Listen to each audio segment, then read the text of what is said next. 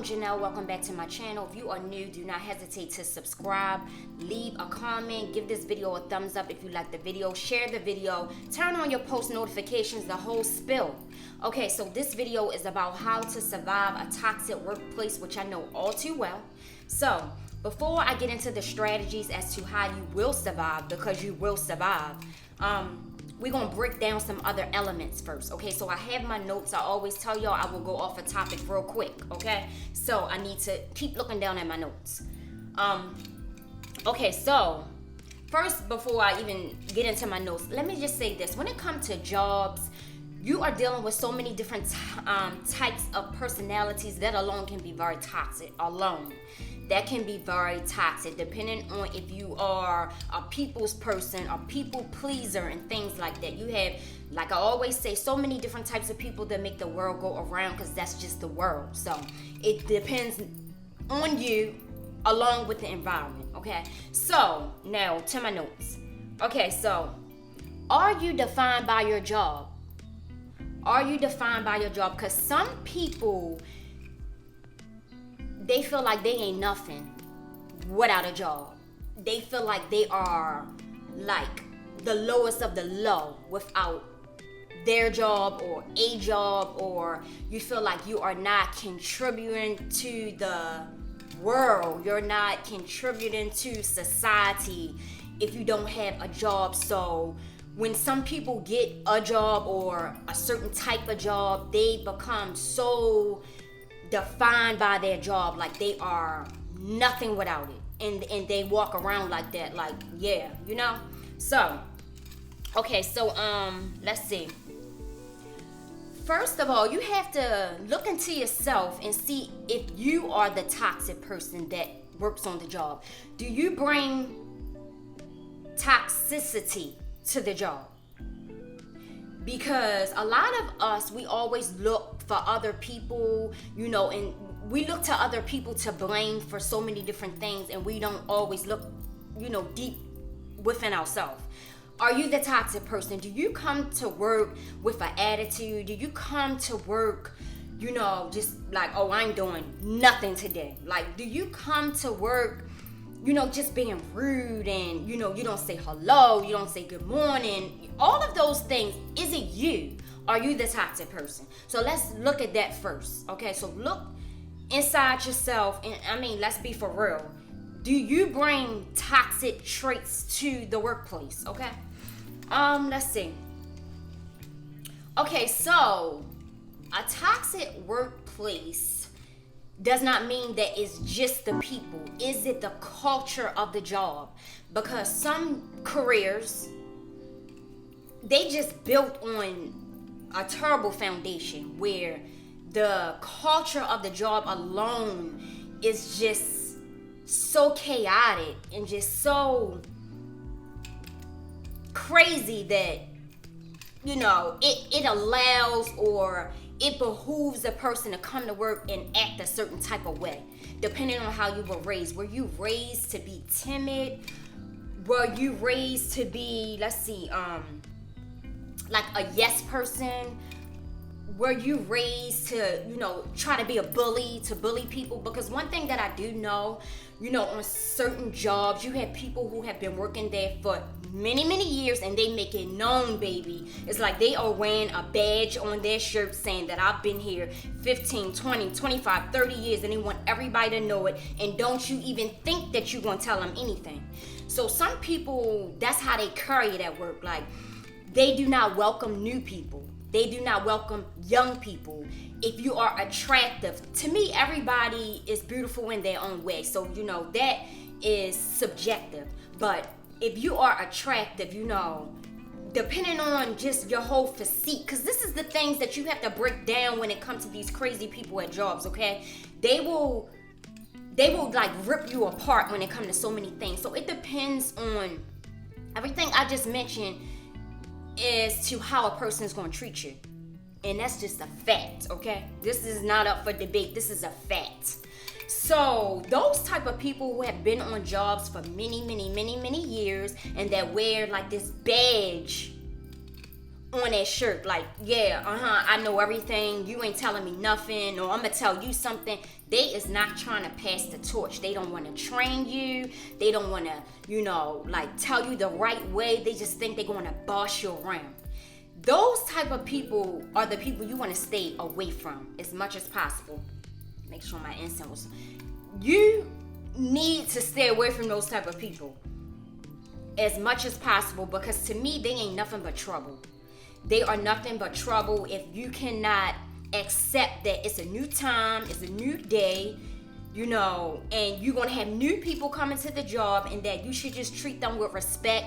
And, you should be happy that people, no matter what the job is, that other people, want to come in and do the job. And what's the problem with, being nice to them? Like, what is the problem? Like, it's a lot of people on jobs that feel very much intimidated when certain people get the job, because they feel like they just gonna be looked over for some reason. See, all of those things are insecurities, okay?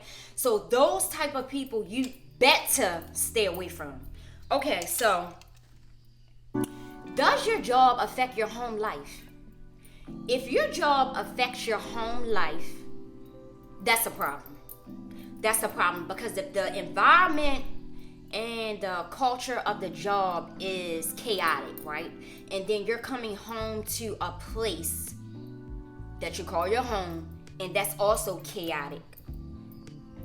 It's just a minute or a matter when you're gonna snap, because you gotta have some type of balance. Like, your home should be your sanctuary, no matter what type of workplace you work at, what type of environment it is. But if you work at a toxic place and then you come home to a lot of chaos and noise and doors slamming and just a whole bunch of chaos, I don't know where your balance is gonna come in. You gotta choose one. It should never be either or, for real. You shouldn't have to choose one, but unfortunately you do. I think your home should supersede any type of job environment, okay? So, let's see. Can you separate work from home? Can you separate it? Because a lot of people do not know how to separate it. When they come home from work, they're talking about work. When they come home from work, they're working on work. And some of these people are the people that don't even like their job. So why do you bring the job home? So you have to know when to shut it down, when to cut it off, because it has to be an end point. It has to be an end point when it comes to work and home. You have to have some type of balance. Like, it should never be bringing one onto the other, okay? It just should never be. For your own sanity, it should never be. Okay, so how does your job make you feel as a person? Because some people, when they go to work, the environment can make them feel so low. The people at the job can make them feel so low, especially if you're the type of person that do not catch on to things quickly. And if there are authoritized type of people at the workplace who feel like that they can just boss people around and, oh, go do this, oh, it's over there, that just don't even know how to communicate, like, it can make you feel some kind of way. Like, so you should just never feel low at a job, because first of all, you shouldn't even feel low as a person. You need to build yourself up. You need to do what is necessary each and every day to build yourself up. A job in no other place should ever make you feel low or less than a person. Never. It should never, okay? Excuse me, y'all. My incense. Wait a minute. I got my water.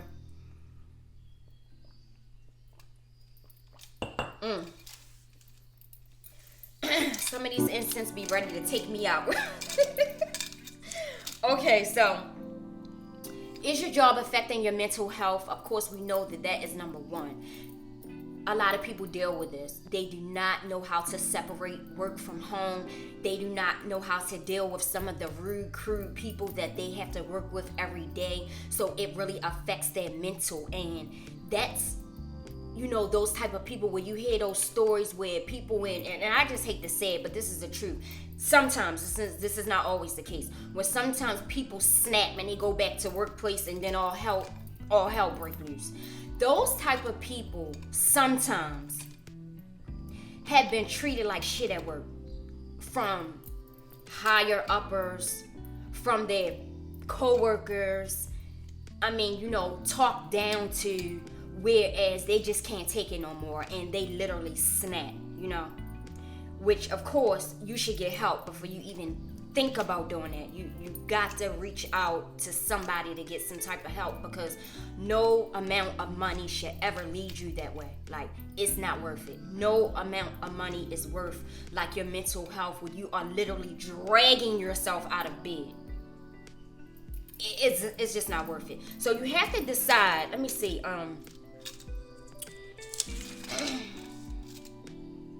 You have to decide if, or why are you at the job? Okay, a lot of us, most of us, we get jobs for money, okay? But some people, they stay at jobs, or they actually apply for jobs because they love what the company stand for. They might love, whatever position they might get at the job. They might like the culture of the job. They may, like how everything is set up. Like, they might feel really wanted or needed at the job. So that's why some people stay at jobs. But then you have people who are there just for a paycheck, okay? Y'all know that that's, so you have to, you have to weigh your pros and cons. Why are you at the job? Is it merely for a paycheck? Is it to move up? Is it to collect a pension? Because a lot of jobs these days do not have pensions. Is it because most jobs have 401ks but not pensions? So is a difference. What is the reason that you're there? What is the reason that you're willing to accept the toxic environment? You have to weigh your pros and cons. Is it even worth it? Because jobs come a dime a dozen. Career jobs don't. But jobs come a dime a dozen, and you can get another job. Trust and believe you can get another job. So, okay, so let's see. Okay, so this is off. This is not even on my notes, but let's talk about this real quick. Okay, so why is it that some people at jobs that get like promoted, once they get promoted, they think that they are above all, and then they start to treat people like peons. They start to treat people like peasants, like they are 25 steps beneath them. Okay, those type of people, you just do not want to deal with. You want to avoid them, and I don't mean avoid them meaning like if y'all are walking, they walking towards you, you go the other way. I ain't talking about none of that. I'm talking about less communication as possible. And just don't ever let a person make you feel some kind of way, making you feel like you are less than them, because none of us are better than another person. We really not. Some of the people that really feel like they are at the top, whatever they may be to you, okay? Because the top is different definitions of the top, okay? When it comes to different jobs, people, like I say, they like to move up because it makes them feel better. It makes them feel more authorized. It makes them feel above all. So at that very moment, they feel like they can look down on people because you at the bottom. So the top and the bottom, that can be defined differently by different people, okay? So the top to me means that you can afford your lifestyle by being self-employed. That's what the top means to me. The top to you might mean something completely different. So that's not even really debatable. Is your opinion and my opinion. The bottom, it depends on what you call a bottom, because it's some people that will take mediocre jobs because they have so much other shit going on. You know what I mean? They may have businesses. They like I can use myself for example. Okay, I retired from the state of Maryland. I'm a business owner. And I don't care about jobs. I really don't care about jobs. Like, I don't care about moving up. I don't care about meeting people. I don't care about communicating. I'm going to speak because I'm polite. It's a lot of things that I don't care about at a job where somebody else might think that my attitude or my position could be considered the bottom. It depends on what you define at the bottom. So again, that depends on you. Okay, so toxic workplaces often allow certain employees to do certain things where other people are being overworked. So if that's the case at your job, do you have an exit plan? Because when you come onto a job and you just see it's not for you, don't force it. Do not force it. If it's not for you, it's not for you. Figure out an exit plan. Work on an exit plan. Exit plans don't happen overnight, depending on, what type of situation you're in, because we all need money to survive. Let's be for real. So your exit plan could take 6 months, maybe a year. Have an exit plan. And let's see. Okay, so also I wanted to talk about, like, with the job or whatever, the toxic workplace. Are you chasing success? Is that why you're there? Because there's a lot of people that cannot break away from certain places because of so many different reasons. Like, is success one of them? Because success can also be defined differently by many different people. My definition of success is completely different from most people, I'm sure. I don't think that being successful means having a certain position at a job. I just don't. Being successful to me means having everything that you need, a lot of what you want, and being happy. Because it's people that live in tiny houses, that drive little teeny tiny cars, living on 3 acres of land, and are basically tucked away from, like, the world, the city life, and are very, very successful. So, like I say again, that can be success does not mean you have to be living in a mansion and all that. It could be defined different by different people. It's more so about happiness, I think. Okay, so, back down to my notes. Okay, do you feel valued at the job? Does the job make you feel valued, whereas it's a pleasure to actually get up and go there? Typically, that wouldn't be the case if the job is a toxic workplace, because most toxic workplaces, they don't value their employees. They literally have their picks. They treat certain people any kind of way. They talk down to certain people, and they overwork the vast majority of people, depending on, like I said before, everything about you. Like, women have it very hard at jobs, because if a man is in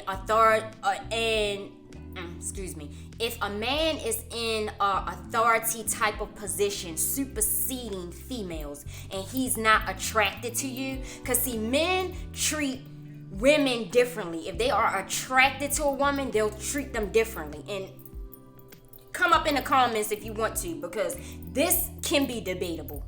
I'm with it. So, if a man is a supervisor at a job and it's a female that he's not attracted to, he's going to overwork the hell out of that person.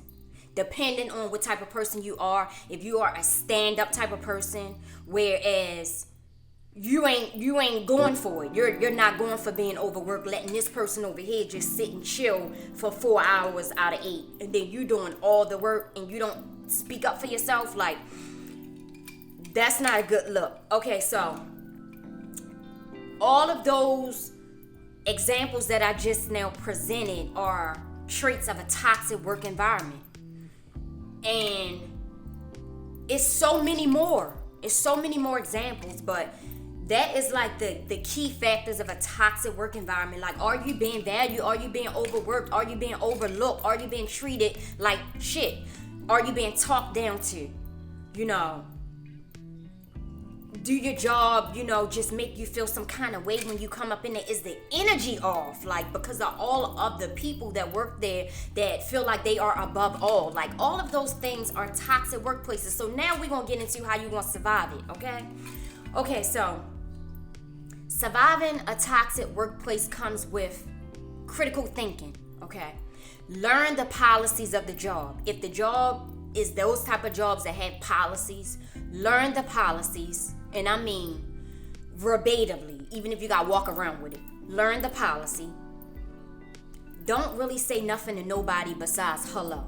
Less communication is possible, because if you are willing to stay there for however long you need to stay there until your exit plan works, these are the things that is going to allow you to survive it, so that you won't feel stressed out and all of that, while you're at work. You're going to less communication, learn your policy, so when they come with the shits, you already know what it is. Because people like to tell you things that are not really written. They like to just try to tell you things that don't even make sense, Because again, a lot of the people at certain jobs been there so many years, they think they can just tell you to do this while they do nothing. No, learn a policy, less communication, strategize your exit plan, and just do your damn job. Do your job. Do not allow a job to fire you because you're not doing your job. Because in that case, you might as well just quit, my opinion. Do your job until you don't even have to walk up in there no more. That's basically how you're going to survive it. You're going to figure out how you're going to get out of there. You're going to do your job while you're there. You're going to learn the policy so that you know it when they come to you with all the bullshit. You're going to already know what to do and what to say and how to deal with it, And less communication is possible, because most people at jobs are so phony. They're so fake. They're not your friends. Keep it work related. But again, I don't really like to tell people what to do. So really do what works for you. But these are some strategies that I feel like that can help you survive at a workplace. Like, sometimes people get these jobs and they think people are their friends, and then you start talking about certain supervisors and, different people at the job, and then it just turns into chaos. I would not advise you to do that. Like, that's just not a good look. That's very messy. That's adding to the toxic environment of the job itself. So, let me make sure I got everything. That's everything that I really wanted to say. And then I want to leave this video by saying, for all of the people, because I don't know who's watching this. If you are one of the people that, are a supervisor at a job, and you know that you tend to treat people differently depending on various of reasons or various of things, and if you know that you come across as rude and over authoritized, my question to you is why?